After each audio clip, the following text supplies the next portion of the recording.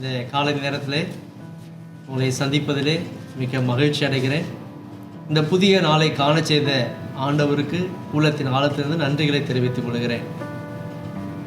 இந்த காலை நேரத்திலே நாம் ஒரு வசனத்தை தியானிக்க இருக்கிறோம். மத்தேயு எழுதின சுவிசேஷம் 6வது அதிகாரம் 26வது வசனத்துடைய கடைசி பகுதி இவ்வாறாக சொல்கிறது: நீங்கள் விசேஷித்தவர்கள் அல்லவா, நீங்கள் விசேஷித்தவர்கள் அல்லவா என்ற கேள்வியை ஆண்டவராகிய இயேசு கிறிஸ்து நம்மை பார்த்து கேட்கிறார். நாம் எல்லாரும் அவருடைய பார்வையில் விசேஷமானவர்கள். ஆனால் நிறைய நேரத்தில் மற்றவங்களோட கம்பேர் பண்ணி நம்மை நாமே குறைத்து மதிப்பிட்டு விடுகிறோம். மற்றவருடைய பார்வையை நாம் மிக சிறியவர்களாக இருப்பதாக நாம் யோசித்து கொள்கிறோம், நாம் திங்க் பண்ணுகிறோம். ஆனால் அப்படி அல்ல. ஆண்டவராகிய தேவன் நாம் ஒவ்வொருவரையும் ஒவ்வொரு காரியத்தில் விசேஷித்தவர்களாக வைத்திருக்கிறார். அவருடைய பார்வையில் நாம் விசேஷமானவர்கள். நான் ஏற்கனவே சொன்னது போல நாம் பிறரோடு நம்மை ஒப்பிட்டு பார்த்து நம்மை மிகவும் குறைவானவர்களாக, மிகவும் குறைவான மதிப்புடையவர்களாக நாமே எண்ணிக்கொள்கிறோம். இல்லை இல்லை இல்லை, ஆண்டவர் நம் ஒவ்வொருவரையும் குறித்து வைத்திருக்கிறதான திட்டம் பெரியது, தரிசனம் பெரியது, நோக்கம் பெரியது. அதை நிறைவேற்ற தேவன் வல்லமை உள்ளவராக இருக்கிறார். எனவே எதை குறித்து கவலைப்படாமல் நான் விசேஷமானவன் என்ற ஒரு நம்பிக்கையோடு முன்னேறி செல்வோம். கர்த்தர் நமக்கு எல்லா காரியத்திலும் உதவி செய்து இன்னும் நம்மை விசேஷமானவராய் மாற்ற உண்மை உள்ளவராக இருக்கிறார். அதுக்கு நாம் செய்ய வேண்டிய முக்கியமான காரியம், பிறரோடு எந்த சூழ்நிலையிலும் நம்மை ஒப்பிட்டு பார்க்கவே கூடாது. இதை நான் சொல்லும்போது என்னுடைய சிறிய வயதில் நான் படித்த ஒரு கதை, ஒரு கற்பனை கதை ஞாபகத்துக்கு வருகிறது. ஒரு சிற்பி இருந்தான். அந்த சிற்பி மிகவும் அழகாக பெரிய பெரிய பாறைகளை எடுத்து அதை அழகான சிற்பமாக செய்யக்கூடிய வல்லுநராக அந்த சிற்பி இருந்தான். அவனுடைய சிற்பங்களுக்கு அந்த ஊரில், அவன் வாழ்ந்த ஊரில் மிகப்பெரிய மதிப்பு இருந்தது. எனவே ரொம்ப மகிழ்ச்சியாக, சந்தோஷமாக அவன் இருந்த அந்த ஊர் பகுதியிருந்த அந்த மலைகளிலிருந்து பெரிய பெரிய பாறைகளை எடுத்து வைத்து நல்ல சிற்பங்களை செய்து கொண்டு வந்தான். ஆனால் நாள் அடைய அடைய பகல் நேரத்திலே, அது ஒரு கோடை காலமாக இருந்தபடினாலே உஷ்ணம் அதிகமாக இருந்தது. அதை பார்த்த அந்த மனிதன் மனதுக்குள்ளே யோசித்தான், இந்த உலகத்திலே மிகப்பெரிய சக்தி வாய்ந்த ஒரு விஷயம் என்று சொன்னால் அது சூரியனாக தான் இருக்கணும். அதனால் நான் சூரியனாக மாறினான். இன்னும் சொல்லப்போனால் நான் எல்லாவற்றை காட்டிலும் சக்தி உள்ள ஒரு மனுஷனாக, நான் எதா மாறணும்னு விருப்பப்படுறனோ அப்படியாய் நான் மாறி இந்த உலகத்திலே சக்தியுள்ள மனிதனாக நான் மாறினா நல்லா இருக்கும் அப்படின்னு அவன் யோசித்தான். அப்படி யோசிச்சுட்டு இருக்கும்போதே, இது ஒரு கற்பனை கதை இல்லவா, அதனால் அவனுடைய கண்களுக்கு முன்பதாக ஒரு தேவதூதன் தோன்றினான். அவன் கேட்டான், உனக்கு என்ன வரம் வேண்டும் அப்படின்னு கேட்ட உடனே இவன் மனதில் இருந்த அந்த ஆசையை சொன்னான். நான் இந்த உலகத்திலே மிகப்பெரிய சக்தி உள்ளவனாக இருக்க வேண்டும். எனவே நான் எதுவாக மாற விரும்புகிறேனோ அதுவாக மாறுவதற்கு எனக்கு வர வேண்டும் என்று கேட்டவுடன் அந்த வரத்தையும் அந்த தேவதூதன் தந்துவிட்டு மறைந்து விட்டான். உடனே அந்த கோடை காலத்திலே வெயிலுடைய தாக்கம் தாங்க முடியாத அந்த சிற்பி, இந்த உலகத்திலே மிகப்பெரிய வலிமை உள்ளது இந்த சூரியன் தான் என்று நினைத்து நான் சூரியனாக மாற வேண்டும் என்று சொன்ன உடனே அடுத்த நிமிடமே இவன் சூரியனாக மாறிவிட்டான். உடனே இவனுக்கு மிகுந்த சந்தோஷம். இந்த உலகத்திலே சக்தி வாய்ந்த மனிதன் நான் தான் என்று சொல்லி கர்வமாக சிரித்து மிகுந்த சந்தோஷத்தோடு இருக்கும்போதே திடீர் என்று சொல்லி இந்த சூரியனை ஒரு மேகம் மறைத்து விட்டது. மேகம் மறைத்து விட்ட உடனே இந்த சூரியனுடைய வெளிச்சம் எங்கும் போகவில்லை.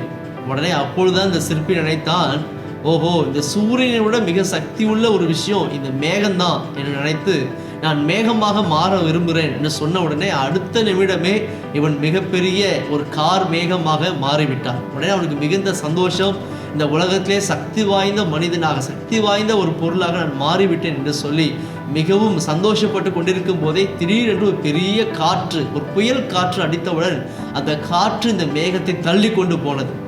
உடனே அந்த சிற்பி நினைத்தான், அப்போ இந்த மேகத்தை விட மிகவும் வலிமையானது இந்த காற்று தான் என்று சொல்லி நான் காற்றாக மாற விரும்புகிறேன் என்று சொன்ன உடனே இவன் காற்றாக மாறினான். உடனே அப்பொழுது நினைத்தான், நான் தான் இந்த உலகத்திலே மிகப்பெரிய சக்தி என்று நினைத்தான். சில நிமிடங்களிலே அந்த காற்று வேகமாய் போய்கொண்டிருந்த காற்று அங்கிருந்த மிகப்பெரிய மலையில் மோதி அதோடு நின்று விட்டது.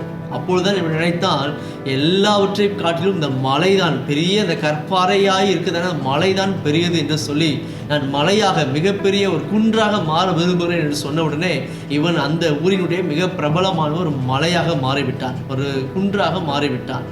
உடனே அவனுக்கு மிகுந்த சந்தோஷம், இருப்பதிலே நான் தான் மிகவும் வலிமையானவன் என்று சொல்லி கர்வமாக இருந்து கொண்டிருந்த அந்த மலையை வேறு ஒரு சிற்பி வந்தான். வந்து இந்த மலையை உளியை வைத்து அடித்து உடைத்தான். அது இந்த மலைக்கு, இந்த பாறைக்கு மிகவும் வலித்தது. அப்பொழுது நினைத்தான், இந்த மலையை காட்டிலும் வலிமையானது எது என்று சொன்னால் இதை உடைக்கிற சிற்பிதான் வலிமையானவன் என்று சொல்லி நினைத்தான். அப்பொழுதுதான் என்னுடைய சிந்தையில் ஒரு விஷயம் உரைத்தது, நானும் ஒரு சிற்பி தான் தானே, இப்பொழுது எல்லாவற்றை காட்டிலும் அதுதான் பெரிது, இதுதான் பெரிது என்று நினைத்து நான் சுற்றி வந்து கடைசி பார்த்தா நான் தான் இந்த உலகத்தில் மிகவும் சக்தி வாய்ந்த நபர் என்பதை அவன் உணர்ந்தான். உணர்ந்து அதுக்கு வருந்தி மறுபடியும் இவன் ஒரு சிற்பியாகவே தன்னுடைய வாழ்நாளை கழித்தான். பாருங்கள், இது ஒரு கற்பனை கதையாக இருந்தாலும் இன்றைக்கு நாமும் கூட மற்றவரோடு நம்மை ஒப்பிட்டு நான் விசேஷமானவன் அல்ல, பிறர் தான் விசேஷமானவர்கள், அவர்கள் தான் அழகாக இருக்கிறார்கள், அவர்கள் தான் நிறையா திறமையோடு செயல்படுகிறார் என்று சொல்லி பிறரோடு ஒப்பிட்டு நம்முடைய தகுதியும் நம்முடைய திறமையும் இழந்து கொண்டு இருக்கிறோம். இல்லை இல்லை, தேவன் நம்மை விசேஷித்த விதமாய் படைத்திருக்கிறார். அவருடைய பார்வையில் நம் விசேஷமானவர்கள். நம்மை குறித்து வைத்திருக்கிற திட்டங்களும் தரிசனங்களும் விசேஷமானவைகள். எனவே எதை குறித்தும் சோர்ந்து போகாமல், அவிசுவாசத்தோடு நிற்காமல், பிறரோடு நம்மை ஒப்பிட்டு பார்க்காமல் தொடர்ந்து முன்னேறி செல்வோம். விசுவாச பாதையில் செல்வோம்.